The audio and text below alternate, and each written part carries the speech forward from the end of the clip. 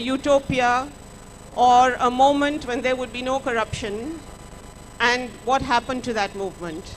Next to him is Tarun Tejpal, no stranger to many of us, editor of Tehelka, editor and founder of Tehelka, a well-known journalist, as well as a writer of fiction with 3 successful novels to his credit, the latest of which, The Valley of Masks, imagines a utopia and looks at the role of doubt in the creation of that idea and in the realization of that idea.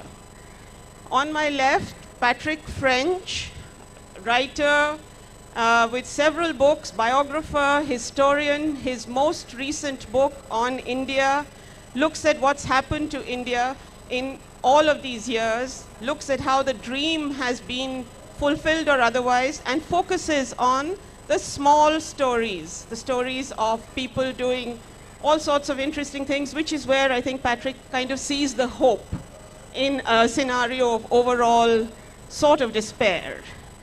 Next to him, Richard Sorabji, philosopher, teacher, fellow of Wolfson College, 120 books to his credit, 2 of which are on India.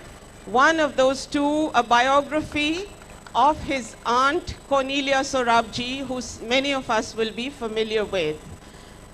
And next to him, the wonderful Ashis Nandy, no stranger to many of us, political philosopher, the local shrink, author of many books which have made many of us think on a range of issues to do with identity, to do with belonging, to do with memory, and recently author of a book on Utopia, fellow of the Center for the Study of Developing Societies in Delhi, and also recipient of the Grand Fukuoka Prize for culture, thinking, all sorts of things. That's only one of the prizes he's won. I'm not listing all of them. So I'm going to start with Patrick on my left, and to ask you to address some of the thoughts about the Republic today. What is it that occurs to you today, looking back on the Republic of India? And I'm going to ask you each to do like 5 minutes, and then we'll have some interaction between you, and quicker than one normally would, we'll open it up to the audience, because I'm sure all of you will have questions. So Patrick. Well, happy Republic Day. That's the first thing that springs to mind. And also that I wonder really how utopian the idea of the Republic of India was. In many ways, it was a very practical solution. Its origins, I mean, the document of the Constitution, its origins really lie in the 1935 Government of India Act, a long-forgotten act of the British Parliament. And in there you can see the seeds of a lot of the ideas which were then developed by the Constituent Assembly in Delhi between 47 and 49.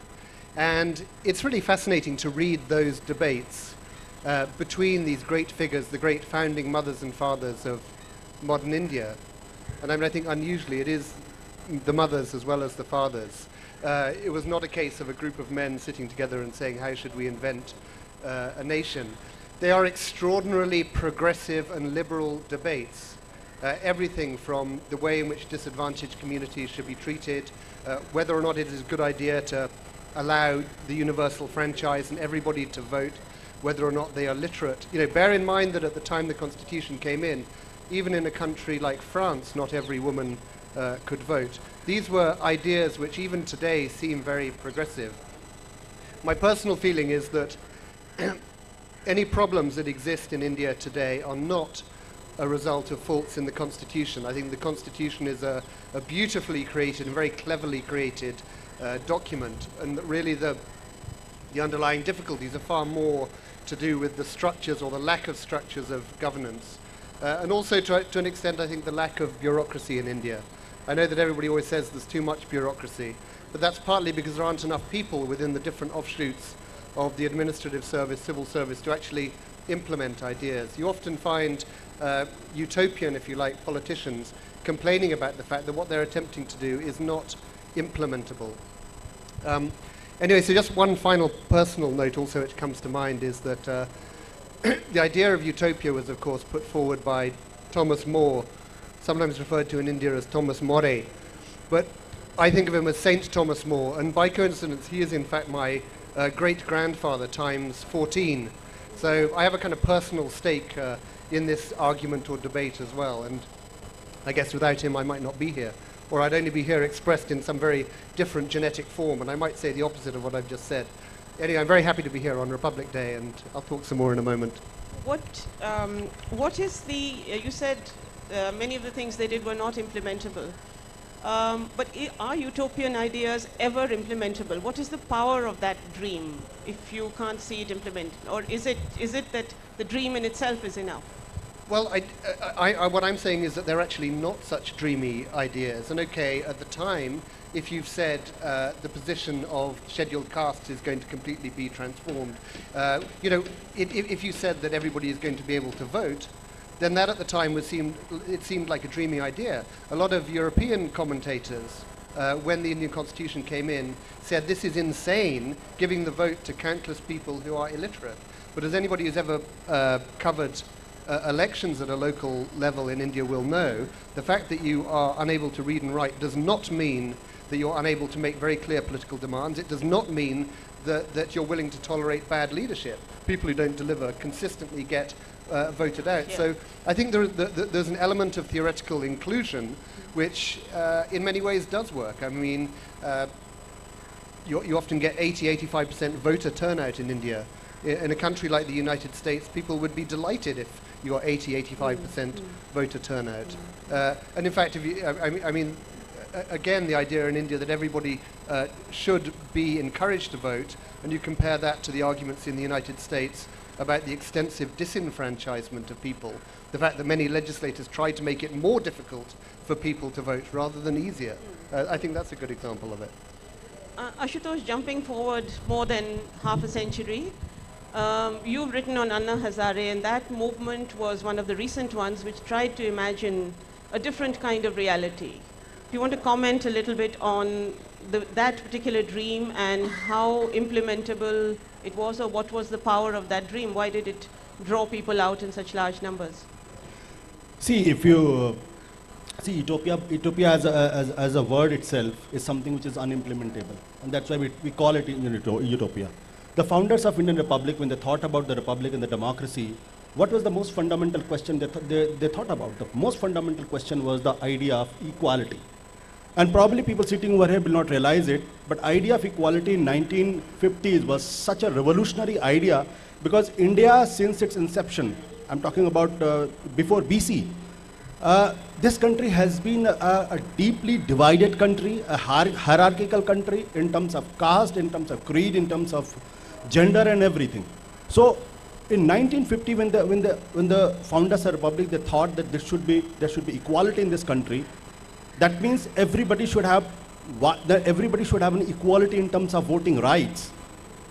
It was probably the greatest revolutionary idea this country has ever faced, because the Brahmins and the Thakurs and the Baniyas and the Shudras and all that, it's impossible even now to think about it. That is why when Anna movement happened, it was against that kind of inequality, a kind of new class which the Indian democracy has produced over a period of time, in terms of the new political class, in terms of new social class, in terms of new legal class, in terms of new all kinds of classes. And this class has created a society where the privileged are treated in the most privileged manner, and the common man is suffering. You call it corruption, whatever, but I think Anna movement can be defined in terms of the revolt against unequal equality. Revolt against unequal equality, and if I borrow a word from Fadi Zakaria, it is something called the rise of the rest. Because against this privileged class, the rest has decided not to accept that, but to challenge them and to overthrow them. I think it was that great idea in that sense. The rest, you're saying that rising against the rest, using Fareed Zakaria's phrase, yeah. The rest are not the only ones who are corrupt. So no. I'm not saying the rest are not only the corrupt. It is the privileged class because of inequality which has been created against the dreams of the founders of the republic. It is against, because you go to anywhere, even if there is a Babu, he thinks that he's privileged because he's got certain government powers. You go to a political party, there are the people who think that they are more privileged and more equal than the rest for the simple reason because they're born in a particular society. If you see the biggest threat right now in the Indian democracy is how, I'm not calling the dynastic democracy, I'm just calling it the return of the royalty in Indian democracy. You see the Samajwadi Party, you see the Karunanidhi Party, you see the National Conference, the three generations, just by sheer birth, they have decided that they are the most democratic, they're the most privileged one, and they have the right to rule. You go to NCP, there is a Sharad Pawar, there is Supriya Sule, there is Ajit Pawar. You go to Odisha, there is a Biju Patnaik and there is a Naveen Patnaik. You go to Karunanidhi, there is a Karunanidhi, there is a Alagiri, there is a Stalin. So you go to anywhere except left and a BJP, this return of royalty in Indian democracy is the biggest threat. And it is against this that the people have decided to come on the ground. And it is in this context that the Dalit, this Delhi gang rape case, these two movements are so defined and critical in the sense because people are on the road not because with the help of any political party, but without the political leader and the political party. That means there is something is brewing in the minds of the people, and it is revolt against this unequal equality that the rest has decided to rise above. Okay. Let me move to Tarun. Tarun, in your book, The Valley of Masks, what you're doing is in some ways addressing the kind of things that Ashutosh is talking about without locating them in the realm of electoral politics. The fact that there is some people who take it upon themselves to form this pure society and draw others into it, and then you're exploring the role of doubt in that and the imperfections and the tyranny of the pure society. What is your take on this? And also one of the things that I want you to actually speak about is my particular bugbear. I find it very interesting that in your book, the pure society is built on the bodies of violated women. You know, it's the women are the property by which to procreate, and there's a terrible violence exercised towards them in order to create this pure society. So can you address both of these things? You know, first of all, there's a kind of pathology at work always with the search for a pure society. And even in what Ashutosh said and what Patrick earlier said, and I just want to put in my own testimonials for the founding vision of India. I personally believe that if there's anything that gives us hope and holds us together, you know, as a society, it's that founding vision. And as Patrick said earlier, that the Constituent Assembly debates, if we read them from the end of 1946 till 1949, they're extraordinary in the kind of vision and wisdom and compassion with which some of the finest minds and greatest public figures of our time are trying to understand how do we weld this incredibly poor, when I say incredibly poor, that means 90% of India was actually illiterate. That's a number to think about. 90% illiterate, 86% poor, living below what we would call the poverty line today, no manufacturing, a GDP of less than 1% for the last 47 years from 1900. You're talking about absolutely abject material, and you're trying to catapult this really impoverished medieval society into high modernity. You're taking the great ideas of modernity, liberalism, democracy, you know, secularism, and you're trying to create this kind of material into this high material. It requires an incredible vision, but at the same time, the founding fathers, and I agree with Patrick completely again, were not absurd idealists. They were actually incredibly pragmatic people. The absurd idealists of the 20th century were Hitler, were Mao Zedong, were Stalin. People who tried to create perfect societies, and in the pursuit of perfect societies, killed tens and tens of millions of people. I mean, when I keep quoting Andre Malraux always. Andre Malraux once said that whenever I look at the leaders of the 20th century, and I look at a man like Jawaharlal Nehru, I see a saint. I mean, compared to the major figures of the 20th century, the major political and public figures of Indian public life were extraordinarily compassionate and visionary people. You look at the entire legislation that they undertake between 1946 and I'll say up to 1956 when the Hindu Marriage Act is enacted. Every piece of legislation every institution that is created by the founding fathers and mothers is aimed at actually ameliorating the oppressed. Every piece of legislation is progressive. It's aimed at empowering every dispossessed section of Indian society. I mean, which is why in some sense I disagree with Ashutosh when he keeps, and this is probably, it's a media failing. I mean, it's not him, it's me also. All of us from media tend to talk of the people. Every time we have 10 people in a studio, we imagine they represent the people. 10 people in a studio, even 5,000 people on the streets of Delhi are not the people. I'll tell you why I did not agree with the Anna Hazare. I'm going to come back to what you had to say, but just a few quick remarks. You know, Anna Hazare's movement was an electrifying moment in India, and I didn't know Ashu had written a book on it. I'm really happy he's done that. I did not go there to participate in it, though Anna Hazare ji is a personal friend of mine. Just as Arvind Kejriwal is, just as Prashant Bhushan. I had some fundamental problems with the Lokpal, but I had even bigger problems with the way that the Lokpal and that movement was being projected to all of us as a magic wand. I'm terrified of magic wands. I'm terrified of the idea that there is a mantra there which will overnight make us into other kinds of people. I'll tell you what the dominant DNA of the talking classes of India today is. The dominant DNA is accusation. I mean, it's just an accusatory noise wherever you go. If it's the media, it's accusing. If it's drawing rooms in Bombay and Delhi and Chennai and Bangalore, it's accusation. It's always someone out there who's responsible for our wars. It's never oneself. The incredible thing about Mahatma Gandhi was, and the problem is nobody ever reads Gandhi. I actually said in an interview that every time someone compares Anna Hazare to Gandhi, I feel like throttling them, and I got a whole lot of social media bile, and I'm quite happy with that. But that is the truth. If you read Gandhi, Gandhi is infinitely complex. There are scores of volumes of the man's writings. He wrote every single day, he thought about everything. And with Gandhi, everything is first about self-examination and self-transformation. It's never about accusation. You can read those hundreds and millions of words that Gandhi wrote. He's always trying to first fix himself before he goes on and tells you how to fix yourself. And with what we've seen in the last few years is again and again, every reformer who comes starts accusing somebody else. It's always the political class. And where does this political class come from? I mean, somebody mentioned Mulayam Singh Yadav and his dynasty, but that is also very interesting to study and understand, because just 20 years ago or 25 years ago, they were part of the oppressed classes. So was Lalu Yadav. So I'm saying there is a very, very organic churn going on. Let's not be precipitate. I see alarm everywhere I go in India, and this alarm is misplaced.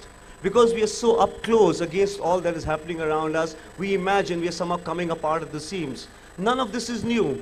We have always been a violent society. We have always been an incredibly biased and prejudiced society. All these things have been there. Actually, what you're seeing is the war against many of these things.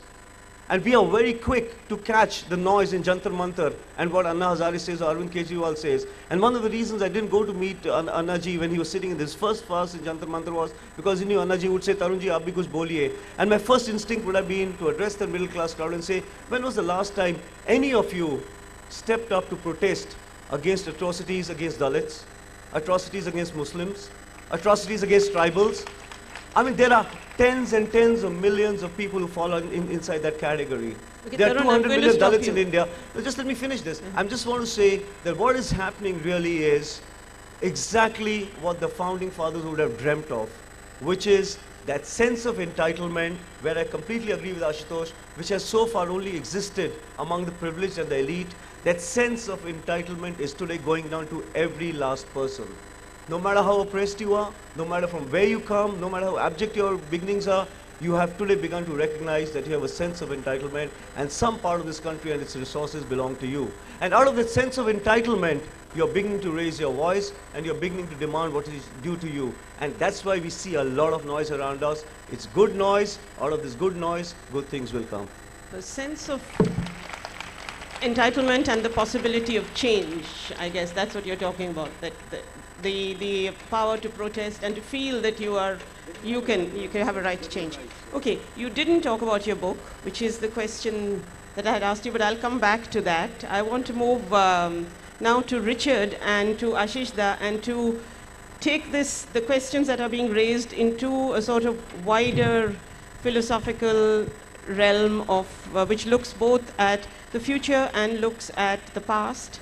And Richard, would you like to comment on the idea of the utopia, or idea of the imagined desired change that societies want when they form, say, a republic, a nation state?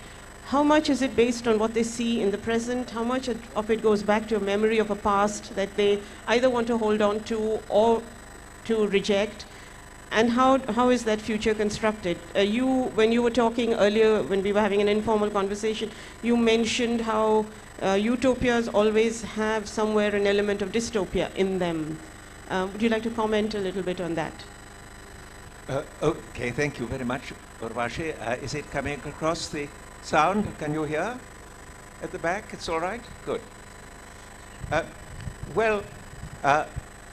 To go back to Plato in the ancient Greek world, he described in his Republic a utopia, but he thought it would be very, very difficult and unlikely to achieve it, and if it was achieved, it would definitely turn into a series of ever worse dystopias. And he describes the dystopias at least as at much length, 4 of them in descending order.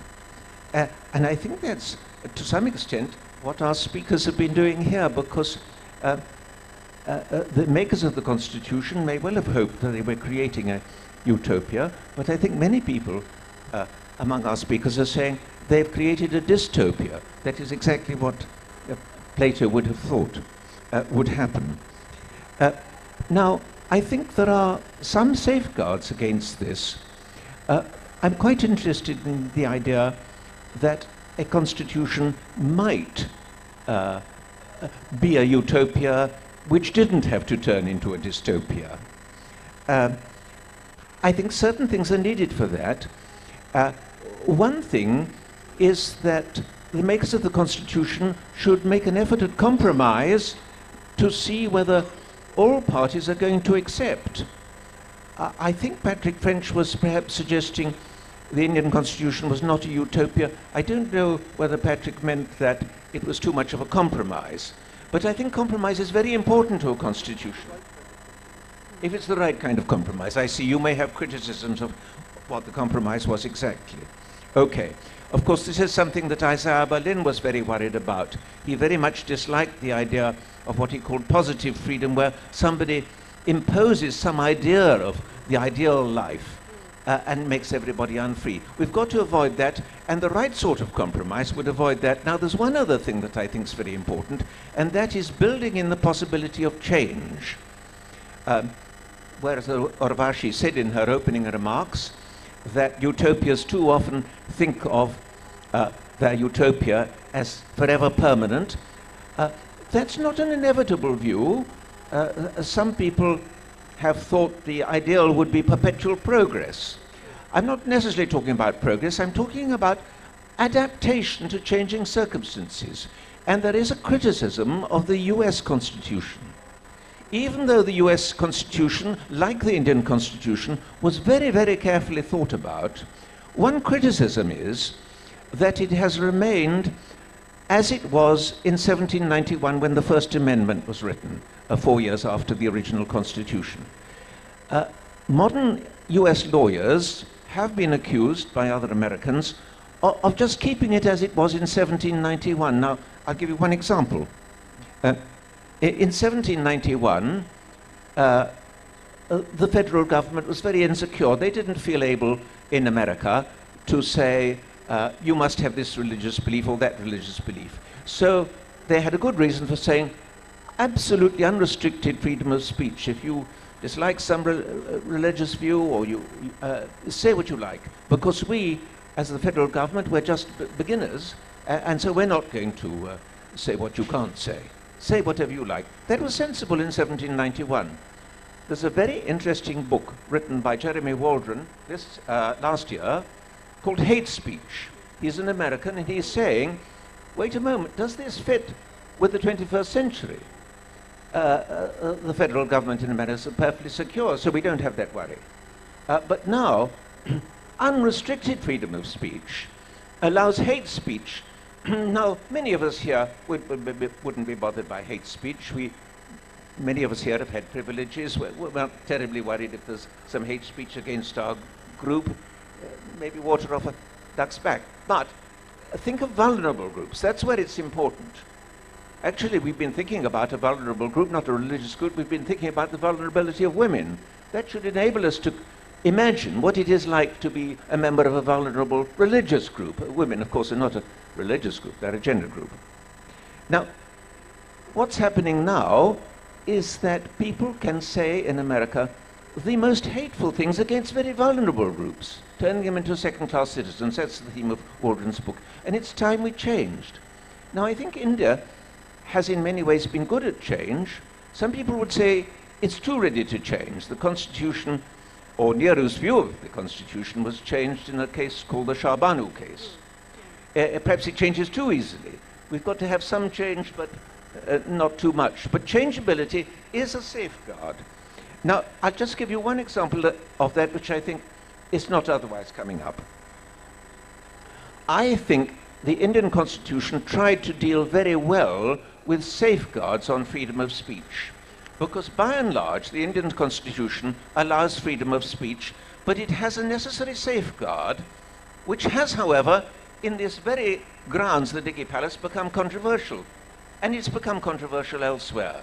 But I don't think it should be given up altogether. It's the idea that people should be free to say what they like about religions, so long as they're not saying it with deliberate malice. That's the safeguard. It was meant to be a safeguard. On the one hand, the framers of the Constitution didn't want to allow witch hunts against blasphemy. Well, that's achieved because, by and large, there's freedom of speech in the Indian Constitution. On the other hand, they didn't want what is allowed in America, that a very vulnerable group of religion could be the subject of hate speech and made into second-class citizens.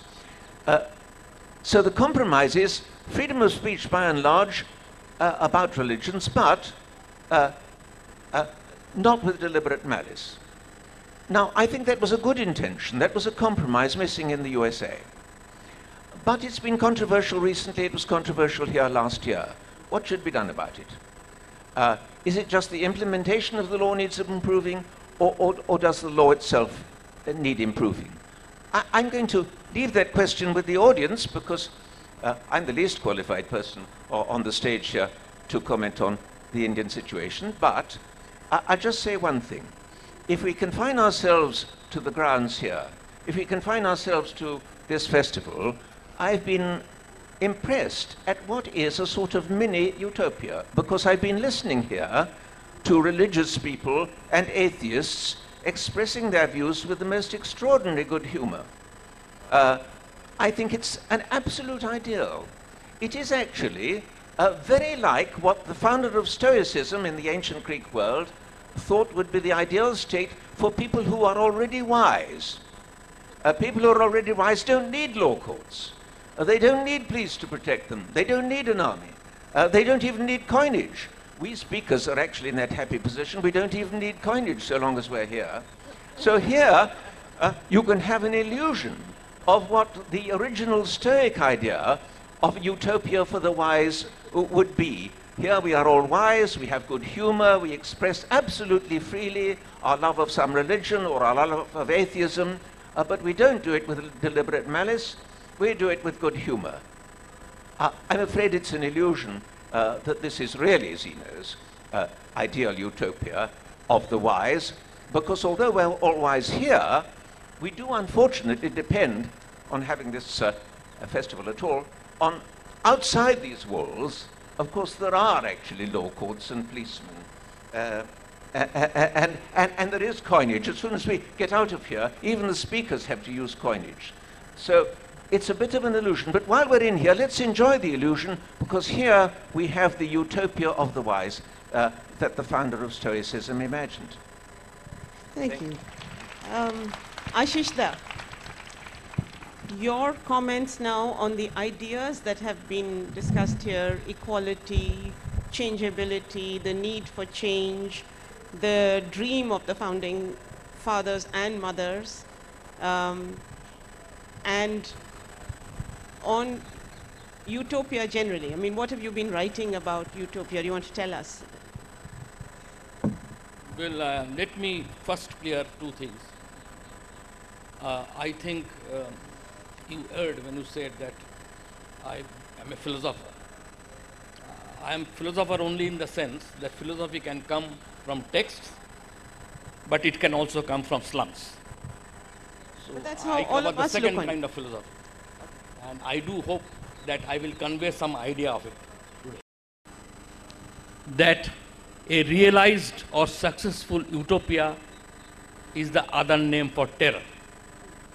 In Soviet Union, they used to put dissenters in mental asylums after the psychiatrists have diagnosed them as mentally ill, because anybody who dissents in a utopia is naturally insane. Normally, we should diagnose them as insane. So, utopias can be dangerous, and visions also can be dangerous, but on the other hand, no collectivity, and for that matter, no individual can live without visions. A good life requires vision. But such visions must also have a touch of the imperfect. And unless you are sensitive to that, I think it will be very dangerous to mount a kind of a reform movement which strives for perfection. In the context of our discussion, if I may point out that the only country which I know is close to zero corruption is Singapore. And that's not part of my concept of utopia. It can be very much a part of my concept of dystopia. I do wish that there remains some degree of corruption in India, because I would also suggest that it humanizes our society. Indian society, Indian Republic, if you like to call it that here, is that it has left only 4 sectors of the society where your true talents are recognized. Your true capabilities and skills are acknowledged. Rightly or wrongly, that's a different thing, but at least they're acknowledged. People think they work only for that. In other words, no considerations of caste, religion, sect enter your considerations. And these 4 sectors are spectator sports, which is a very small sector because sports heroes are not that many. 2, with entertainment industry, which is a very slippery category, because contrary to our belief, at least 4/5 of all Bombay films, for instance, fail in the box office. So it's a very risky business. Actually, all 4 sectors are risky, but it is perhaps the most risky business. Third is crime. Our criminal gangs are perfectly egalitarian. And do not forget that Dawood Ibrahim's gang had a lot of Hindus in it.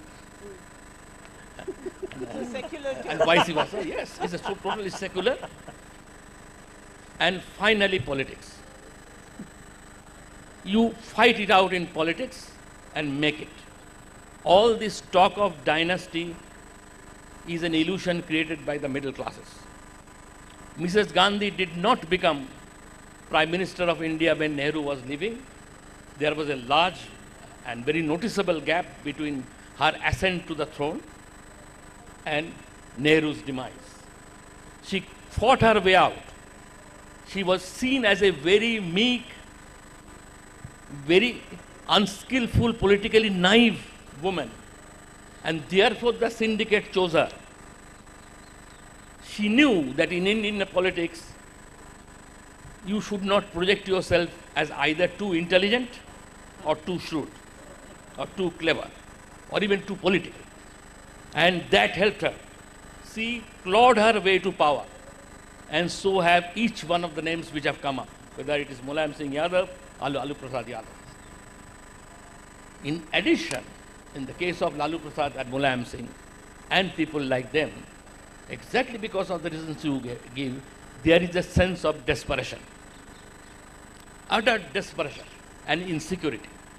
Even if you make to corruption millions of rupees, you suspect that you will not be able to get away using the machinery of law or cleverly manipulating your investments in the right way with the right connections, because you have none.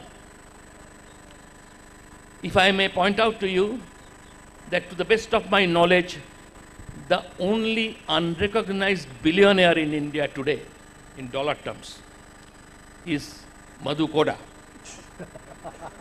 Madhu Koda is a tribal. And I can assure you that Mr. Madhu Koda must have been a very insecure, unhappy, tense person. And in this kind of situations, the only people you can trust are your own relatives, your son or daughter or nephew or cousin, where you can use them for keeping your money, keeping your political secrets, or trusting them to remain loyal to you. That's that.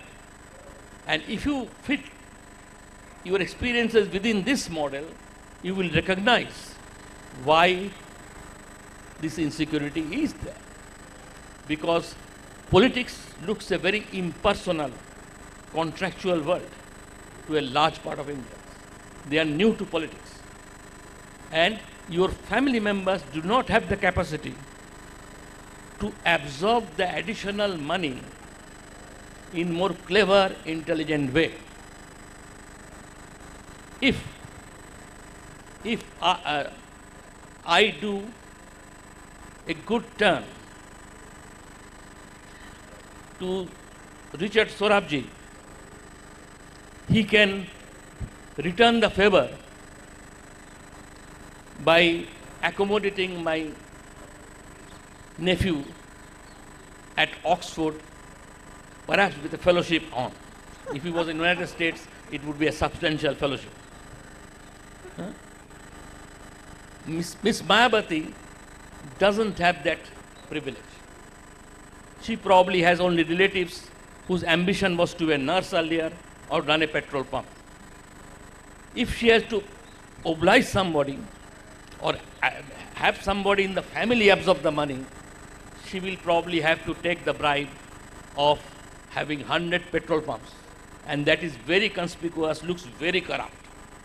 Indeed. Our corruption doesn't look that corrupt. Their corruption does. Urvashi, can I add something to what Ashis just said? You know, even this corruption issue, I just want to put this corruption issue in a different kind of light, along the lines of what Ashis just said. I just want to throw a thought amongst all of you, which I've said earlier also. Perhaps, I'm saying perhaps, corruption in a country like India is also a great class equalizer. And I'm going to try and explain that to you. It's not all bad, it's probably a great class equalizer. I'm saying suppose in an extremely class-ridden society like India, where somebody who works in my house, my driver or my cook, what chance do his children have in the way India is constructed today versus my children, where for the last 50 years, in many senses, the class that has ruled India, the elite, the privileged, my class of people, have built a set of rules that makes things easy for them and makes things lucrative for them. I mean, all the rules that are laid down, and let me give you the dumbest rule of them all, that English is the kind of dominant hierarchical language. You know, almost everybody who exercises power in India, in some sense, has an advantage if he comes from an English-speaking background, a clear advantage over everybody else. In a situation like this, if you come from the wrong side of the tracks, of which roughly 1 billion people in this country would, what chance do you have of breaking through to get your hands on the spoils of life and the spoils of a country? I'd say almost nothing. What do people like that do? People like that subvert the rules which have not, these are not God's rules, these are man-made rules. God's rules are you shall not kill anybody, you shall not rape anybody, you shall not oppress anybody. Those may be God's rules. Men's rules are rules of examinations, taxations, privileges. I'm saying, what chance do you have if you come from the wrong side of the tracks, where I would say roughly 1 billion people in this country do? of breaking into and getting your hands on the resources that are available to the 200 million. I'd say a lot of these people do that by subverting the system, which is what we call corruption, which are these man-made rules. And I'll give you one of the greatest examples of this, which will easily strike a chord with most of you. There's a man called Dhirubhai Ambani. If he had not known how to subvert the rules, all the rules he subverted today are now law. At that time they were not. When he was subverting them, they were not. He would have still been filling petrol in a pump in Doha. And that's how I'm saying, and today you see all across the landscape in Delhi and Bombay, people coming from nowhere, from the wrong side of the tracks, not having the privilege of elite education, of elite backgrounds, of admission to elite clubs, but breaking through on the basis of their wit, their intelligence and their hunger, and very often subverting the rules that the certain class has made. So, Ashish, I'm going to open it up for... Just respond to this part. Very quickly. Because he is not, very briefly, Yeah. he is not saying the most important part of the story, which will shock you, and it will be a very undignified and, how should I put it, almost vulgar statement on my part. It is a fact that most of the corrupt come from the OBCs and the scheduled castes, and now increasingly scheduled tribes. And as long as this is the case, Indian Republic will survive. I want to Indian Republic will respond to survive. All right. And So- I give you an example. One of the states with least amount of corruption is the state of West Bengal, when the CPM was there. And I want to propose to you, draw your attention to the fact that in the last 100 years, nobody from the OBCs, the backward classes, and the scheduled castes, and the scheduled tribes have come anywhere near power in West Bengal. It is an absolutely clean state. Urvashi, Okay, no, sorry. I have to respond to this because I think this is the classical case. With Ashutosh, be no brief, disrespect please. to Ashish Nandy, this is a classical case of how elite in this India, they perceive the downtrodden, the Dalits, the OBCs, and all. I think this is the most bizarre statement I've ever heard in this country. I just can't imagine. I just can't imagine the Brahmins and the Thakurs and the upper caste and the upper class in the society which has the sophistication to do corruption without being caught. And if it has been imitated, Okay, if it okay, is imitated that and is exactly- Sanskritized, then you call them the Okay, Ashutosh, please, let's give the audience... No, let me stop all of you now. Let's give the... Yes.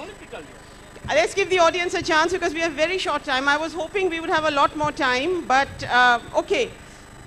Short question. I'm going to take 4 or 5 questions and then we'll get answers together. We're not going to do one-on-one answers. Please keep your questions short. How much time It's do for we have? Tarun Tejpal.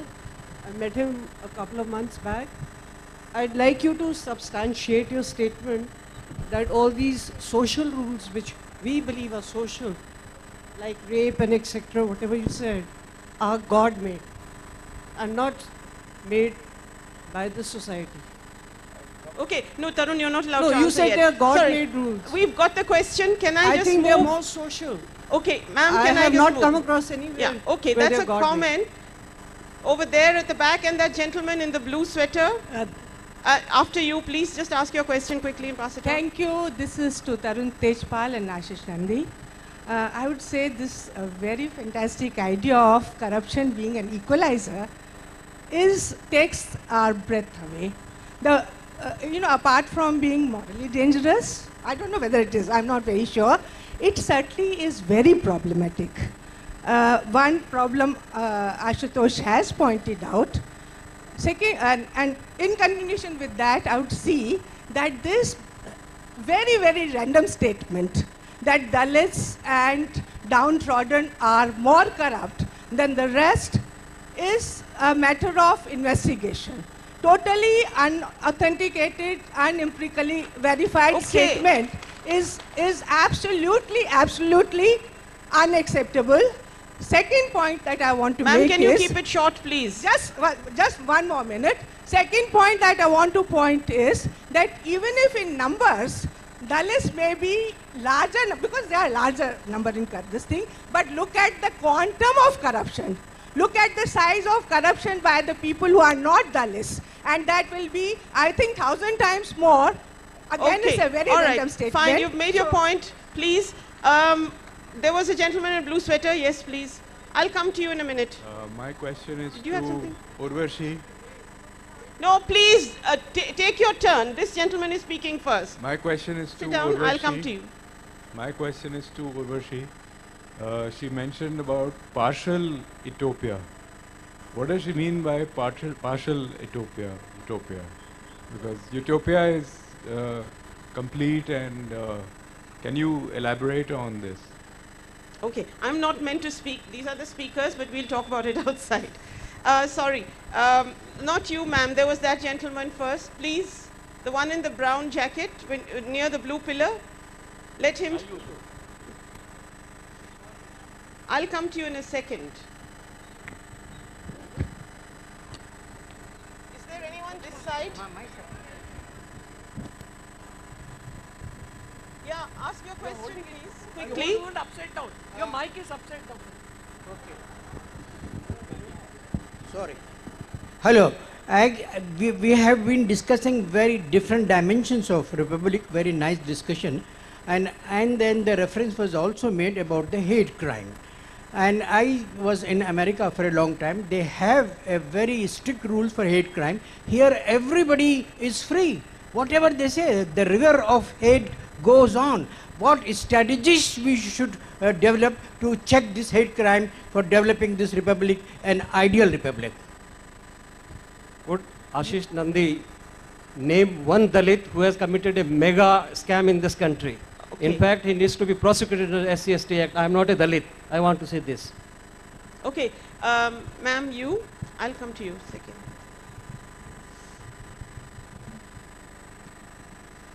I'm going to take two more questions. That gentleman there. Apart from this Dalit discussion, I just want something very different provision of Indian Constitution.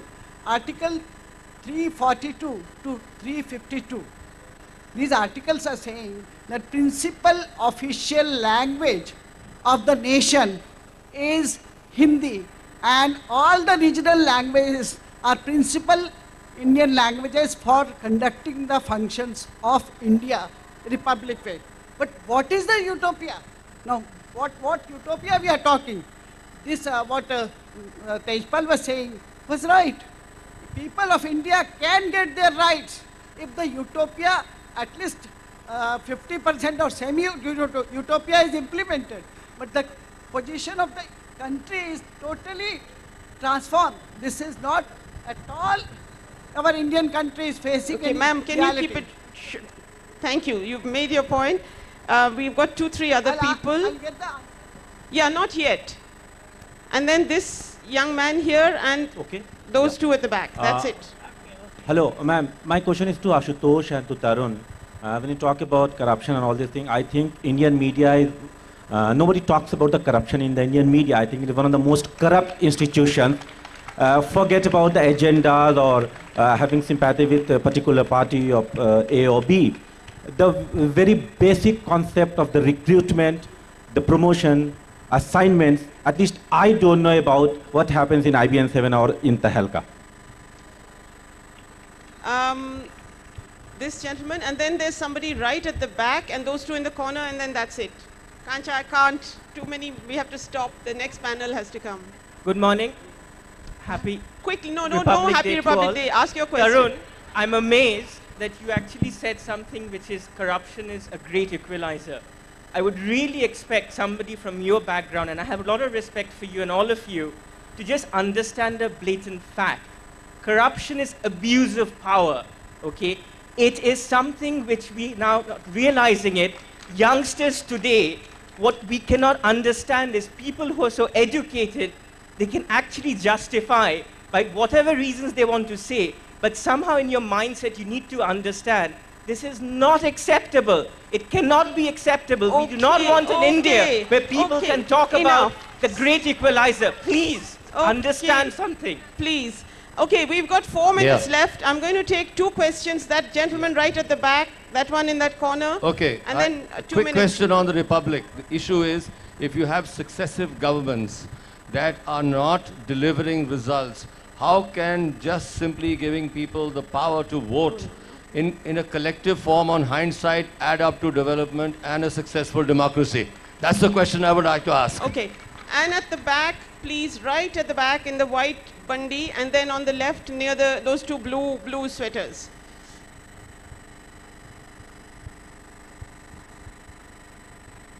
Please keep it short because the next Tarun, this question, or in fact, the point is for you. What I did not understand is I think Gandhi is dead. Okay? His thoughts remain, his acts remain. Anna Hazare is someone who's the first person in this country who's taken the lead of driving the youth and educating them. So I would appreciate if we appreciate someone's acts in media and talk about it and make the youth more aware about it rather than talking about it and saying that he has not done anything or he's not been able to drive the youth in the right direction. Tarun, Yeah? no, Thank you. wait, not yet. There's two more questions there. And, please. Tarun sir, it's for you again. Tarun sir, you said that you were not a big fan of the Anna movement. I myself had some issues with the bill itself, but I think it was for the first time that we saw what mass power is, and when people take to the streets, what happens. So I think that way it was a development which has proved to be an inflection point when it comes to movements and protests in India. What's your take on that? Thank you. Do a very quick. Let me answer the last questions first. The last two ones about Anna Hazare. First of all, public memory is short. It's not the first or the last movement, mass movement that's taken place in India. It's part of the problem that none of us read anymore. There have been in the last 30 years incredible mass movements beginning from JP. JP's movement which led to the emergency and post the Janata Party government, and then post that there's been the Mandal, there's been other mass movements that have gone on, and they go on all the time. Also the problem is the middle class media which focuses on certain things that attract their own viewership and readership often leave out incredible mass movements like the Narmada Bachao Andolan, which went on for years, like the nuclear movement going on even today in Kalapakka. I mean, there are every single day. We don't know what's happening in Chhattisgarh's jungles. I mean, as Tehelka, we've covered that all the time. My point I'm trying to make is there is a problem, and that's directly linked to what everybody here has been talking about, that when you pick a small piece and you posit it as the answer to all your problems, as a panacea, you're already skirting great peril. I'm saying to keep it in. One sec, let me finish this. It's important because everybody wants to hear this. It's very important what Anna Hazare did. What is problematic is the way it was being framed as the answer to all our problems. To say that we should combat institutionalized corruption, of course everybody wants to combat institutionalized corruption. I mean, who can argue against that? But the fact that you imagine that you'll bring in something called the Lokpal and this country will become a non-corrupt country overnight, and you put the entire might of the state, of the national argument around that, is problematic. Tarun, That's one. Tarun, To answer somebody who asked me, speak. one more question, somebody asked me about God's laws. When I said God's laws, I mean across religions and sects in the world, there are certain things we all believe in, a priori, and that is that killing another human being is bad. We do it all the time, but we believe it's bad. Rapine is bad. These are things that we believe in. But God did not mandate that the income tax slab should be 30%. Men did that. God did not mandate that English should be the language of men did that. Okay, that's what I meant when I said men's laws and God's laws. Can I give the mic to the other speakers, please? No, I'm sorry. First is going to be Patrick, who hasn't had a chance to speak. Okay, so just very briefly to address some of these points. Ashish, you made the argument about hereditary politics and about Indira Gandhi having to fight to get into power. What happened in India in the 1960s, 70s and 80s bears no resemblance to what is happening now. The problem of intense dynastic politics is a problem that came in with the 2004 Lok Sabha, was extended in the 2009 Lok Sabha. The research I did for my last book shows that MPs under the age of 50 or under the age of 45 are now almost exclusively from dynastic families. This is a new problem and it's getting worse. Another quick point. You mentioned the idea that you have OBC and Dalit corruption. Of course you do. It's ostentatious and you notice it. But the way in which people talk about those examples is completely different to the way in which they talk about corruption among the upper castes and the upper classes. You only have to look at the case of Mayawati and the horrible way in which people speak about Mayawati. Do you honestly think that no politician has made more money than Mayawati? Well, I could name some, but I won't. They're the privileged ones. They have bagmen who take their money. And the fact is that they do not get noticed and perceived. And one final, very quick point. Today is Republic Day. Now listen, we can complain about all these things. We can say all these things are wrong with the way that India functions. But in fact, which neighboring country would you look to and think, I would rather be living in that neighboring country? Yeah. That is the key point. Yeah, that's a great point, yeah. Richard, did you want to say something? Just very briefly, if you can hear, I think two questions were for me. One about the legacy of Gandhi. I will talk about that.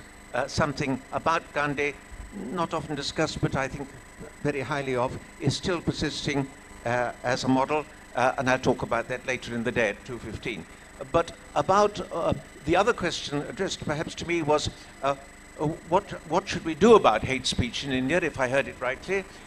My own inclination is to think that the deliberate malice clause in itself was a very clever compromise, which America would do well to adopt, but it's the implementation that is wrong. For example, I listened to a case in London a month ago in which somebody had been denied bail because he had exposed that some miraculous weeping figure of Christ was due to a leaking toilet. Well, you shouldn't be refused bail for that. That's wrong implementation. Or again, some of the things that have gone wrong was because an election was coming up, so the government went against what the Constitution had provided. Perhaps that happened here this year with the pressures that were put on the festival. But it certainly happened in the Shah Banu case. So I think it's the implementation that's at fault, not the compromise clause. Thank you, Richard. We are completely out of time. You can, Ashis, can you give up your chance to speak and so 1 minute to each of you, and then we have to stop. See, what the Tarun has said, I completely disagree with him for the simple reason because he's comparing with the JP movement, and earlier movement and this movement is entirely different in the sense because JP movement was led by the elite, it was fight among the Indian elites. Where the Anna movement was led without elite, it threatened the privileges and the perks of the elites. And that is why the elites in the country have failed to understand. It is a classic case of reaction of a threatened elite, the way they contemptuously talk about Anna Hazare and the movement. If you fail to realize, I think there's such a mass absurd. There's something wrong with the Indian elite and the Indian intellectuals, and I feel pity for them. Sorry. Okay, Ashis, quick. Well, I look at myself as a psychologist to the country, and I would not react, but I will just point out that the comment I made about Republic's health being dependent on as long as the number of people caught for corruption is higher among the poor and the less wealthy, and the more oppressed, is, I believe, just 2 minutes before that, I gave the example that the rich get away with their corruption. And I did not want to make that point second time, just to make the second point. And I do believe that an imperfect utopia may not be as better, may not be only better than a dystopia, but better than the perfect utopia. Thank you very much. Thank you very much, speakers. Ladies and gentlemen, what is there left for me to say except Happy Republic Day? Thank you for coming. Thank you to all of you.